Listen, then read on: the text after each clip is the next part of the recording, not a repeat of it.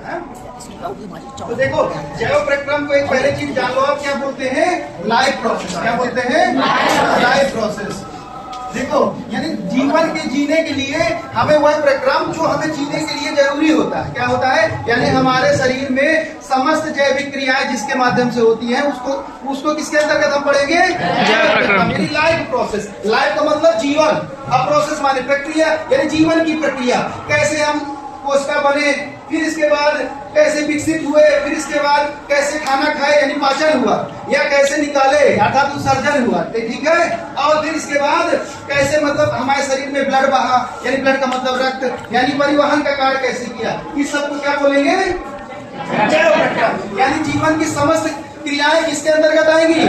यानी जैविक क्रियाएं, यानी जो हमारे शरीर में अब घटित या घटित हो रही हैं, उन्हीं को हम लोग जैसा आपने बताया अनुरक्षण कहते हैं, ठीक है। तो ये जैव प्रक्रिया था लाइफ प्रोसेस। तो इस पार्ट में हम ये चीजें पढ़ेंगे मुख्यतः। अच्छा ठीक है, तो इसमें हमें और कोई क्या ये उदाहरण कोई बता सकता है कि जैसे हमारे शरीर में पसीना निकल रहा है तो ये कौन सी प्रक्रिया है? उत्सर्जन। अच्छा, उत्सर्जन की इकाई नेफ्रॉन, यानी जिसे हिंदी में ब्रेकटा कहेंगे, क्या बोलेंगे? ब्रेकटा, नेफ्रॉन। इसी तरह तंत्रिका तंत्र की इकाई न्यूरॉन। तो न्यूरॉन और नेफ्रॉन आप लोग हम पहले भी बहुत पढ़ा चुके हैं, बता चुके हैं, ठीक है। अच्छा ठीक है, तो यानी जो उत्सर्जन बना है किसकी इकाइयों से मिलकर बना है? नेफ्रॉन की, ठीक है। यानी नेफ्रॉन बहुत सारे करोड़ों नेफ्रॉन से मिलकर उत्सर्जक अंग बना है। पूरा उत्सर्जक अंग किससे मिलकर बनते हैं? नेफ्रॉन। अच्छा एक चीज हमने पहले भी बताया था, आज और बता देते हैं। हमारा शरीर कुछ एक निश्चित प्रक्रियाओं के या एक निश्चित क्रम में अरेंज होता है। अपना जीवन का आज आप लोग सब जान लीजिए, क्या जान लीजिए कि हम लोग कैसे बनेंगे। तो देखो हम सबसे पहले हमारा क्या हुआ था? यानी संयुग्मन हुआ था। क्या हुआ था? संयुग्मन हुआ, अर्थात जिसे हम ओवम और स्पर्म को वो कह देते हैं, क्या बोलते हैं? देखो मेल फीमेल युग्मक का मिलन, क्या बोलते हैं? युग्मक का मतलब गैमीट, हमने बोला था ना, गैमीट्स, युग्मक। हम लोग हिंदी मीडियम आप लोग छात्र हैं इसलिए हिंदी में लिख रहे हैं। तो संयुग्मन हुआ। अच्छा इसके बाद हम लोग एक कोश की, यानी यहाँ पर क्या बना? भ्रूण बना। क्या बना? भ्रूण बना। अच्छा भ्रूण के बाद क्या बनता है? नहीं, भ्रूण के बाद उसमें विकास और परिवर्धन होता है, यानी निषेचन। पहले इसके पहले एक चरण हम लोग मिस कर रहे हैं। यहाँ जो इसको मिलने की प्रक्रिया को क्या बोलते हैं? निषेचन। क्या बोलते हैं? और तो निषेचन के बाद क्या बनेगा? जाइगोट, यानी जाइगोट माने भ्रूण। आप लोग इंग्लिश में भी लिखा करिए ना, जैसे हम बताते रहते हैं अक्सर आप लोगों को। तो निषेचन के बाद भ्रूण। अच्छा भ्रूण किसमें भी विकसित होता है? इसी में विकास हो जाता था। डेवलपमेंट के बाद या वृद्धि के बाद क्या बन जाता है? यही एक शिशु बन जाता है, यानी यंग वन बन जाता है। क्या बन जाता है? शिशु। ये तो हमारे जीवन की सच्चाई हो गई, जो हम नहीं देख सकते हैं, हम सिर्फ पढ़ सकते हैं, ठीक है। लेकिन इसके बाद हम इसको और चीजें अपने हमारा शरीर कैसे मिलकर बना है, तो कोई कहते बेटा बताओ क्या है जैव प्रक्रम, क्या होता है? ये सभी प्रकार के प्रक्रम जो सम्मिलित रूप से रक्षण का कार्य करते हैं जैव प्रक्रम कहलाते हैं। यानी अनुरक्षण कोई बता सकता है हमारी क्लास में कि अनुरक्षण होता क्या है? यानी अपचय उपापचय, यानी कि अपचयन भी हो, उपचयन यानी उपापचय यानी मेटाबॉलिक रेट या मेटाबॉलिक रिएक्शंस हो। अच्छा हमारा शरीर किससे मिलके बना है?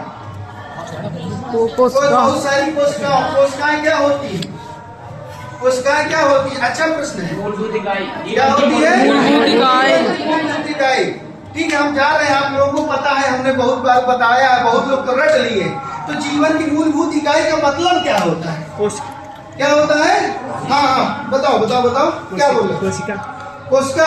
कोशिका जीवन की मूलभूत इकाई, ठीक है। अच्छा जीवन की मूलभूत इकाई यदि कोशिका है तो जीवन का मूलभूत आधार क्या है? कौन बताएगा? ऊतक नहीं, ऊतक सही उत्तर नहीं है। तो जीवन का मूलभूत आधार, या एक वैज्ञानिक थे हक्सले, क्या थे? हक्सले। उन्होंने जीवन का मूलभूत आधार क्या बताया? किसको बोला? अरे कोशिका द्रव्य को। किसको? कोशिका द्रव्य को जीवन का भौतिक आधार बोला। क्या बोला? भौतिक आधार। अर्थात कोशिका के अंदर जो द्रव्य भरा होता है उसे यानी साइटोप्लाज्म इंग्लिश में बोलते हैं, उसको क्या कहते हैं? जीवन का भौतिक आधार। क्या बोलते हैं? भौतिक आधार। अर्थात यदि कोशिका जीवन की इकाई है तो कोशिका द्रव्य जीवन का भौतिक आधार, फिजिकल बेसिस बोलते हैं। क्या बोलते हैं? फिजिकल बेसिस, यानी कि शरीर, यानी कोशिकाएं क्या है, शरीर किससे मिलके बना है, कोशिकाओं से। क्या बने के बना है, किससे, कोशिकाओं से। कोशिकाओं से। अच्छा हम इसको मिटा सकते हैं ना, ठीक है। शरीर का मतलब बॉडी। अच्छा बॉडी किससे मिलके बना है, कोशिकाओं से। अच्छा कोशिकाओं किससे मिलके, कोशिकाओं से मिलके क्या बना होता है, ऊतक। क्या बना है, अच्छा ऊतक को इंग्लिश में क्या बोलते हैं, टिश्यू, टिश्यूज, ठीक है, टिश्यू। अच्छा ऊतक मिलके क्या बनाते हैं, शरीर, अंग। नहीं भैया, अंग। अभी आप गलती कर रहे हैं। किसी को आता है, बताओ इधर, बताओ किसी को आता है, दिखा दो पूरी क्लास में। कोई कह दे सर मुझे आता, मुझे गले में मेरे अटक गया था, आपने बता दिया तो मुझे मुंह अभी याद आ गया है, ऐसा क्या, नहीं।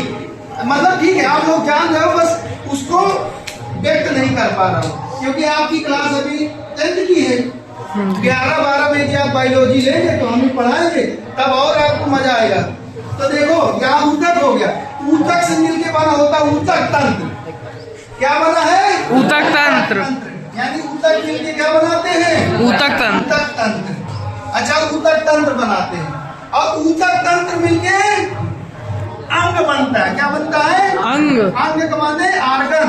क्या बनता है, अंग। अच्छा अंग किस मिलके क्या बनाते हैं, शरीर। अरे अंग तंत्र बनाते हैं। यहाँ आप देखो, यानी जैसे यानी रक्त जहाँ बहता है उसको परिवहन तंत्र कहेंगे, ठीक है। इसी अंग तंत्र क्या बनाएगा, अंग तंत्र। और ये शरीर किससे मिलके बना है, अंग तंत्र से। अर्थात शरीर तभी तो कहलाते हैं बॉडी। क्या कहलाते हैं, यानी कि अंग बना, और इसे अंग तंत्र, और अंग तंत्र मिला के क्या बोलते हैं, शरीर। शरीर। अब सोचो कि हम लोग कितने जटिल संरचनाओं से मिलके बने होते हैं। अच्छा हम एक और क्वेश्चन कर सकते थे आप लोगों से, क्या कर सकते थे, एक प्रश्न और कर सकते थे कि बेटा कोशिका किससे मिलके बनी होती है। अच्छा प्रश्न है, कभी आप लोगों ने सोचा है कि कोशिका किससे मिलके बनी होती है, इलेक्ट्रॉन, किससे मिलके बनी होती है, परमाणुओं से। कोई बताए। अच्छा कोशिका हमने पढ़ लिया सेल, क्या पढ़ लिया, सेल। लेकिन भैया सेल किससे मिलके बनी है, यह सेल, अरे कोशिकांगों से। किससे, कोशिकांगों से।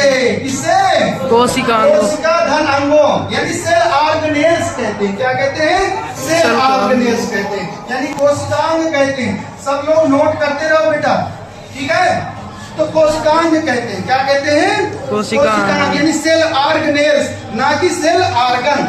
ऑर्गन है ये है, तो सेल ऑर्गेनेल्स। और सेल, और इसी सेल के अंदर क्या भरा होता है, कोशिका द्रव्य। क्या भरा होता है, कोशिका द्रव्य।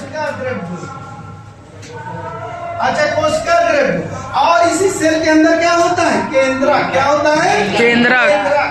अच्छा केंद्रक को, केंद्रक में एक द्रव्य भरा रहता है, उसको क्या कहते हैं, केंद्रक द्रव्य कहते हैं। क्या कहते हैं, केंद्रक द्रव्य। चलो हम तो फिर अब आगे साइटोलॉजी यानी सेल बायोलॉजी या सेल साइटोलॉजी में आ जाएंगे। तो जब 11 में आप बायो यदि लिए, मैथ नहीं लोगे तो बेटा ये नया वीडियो बना दो, ठीक है।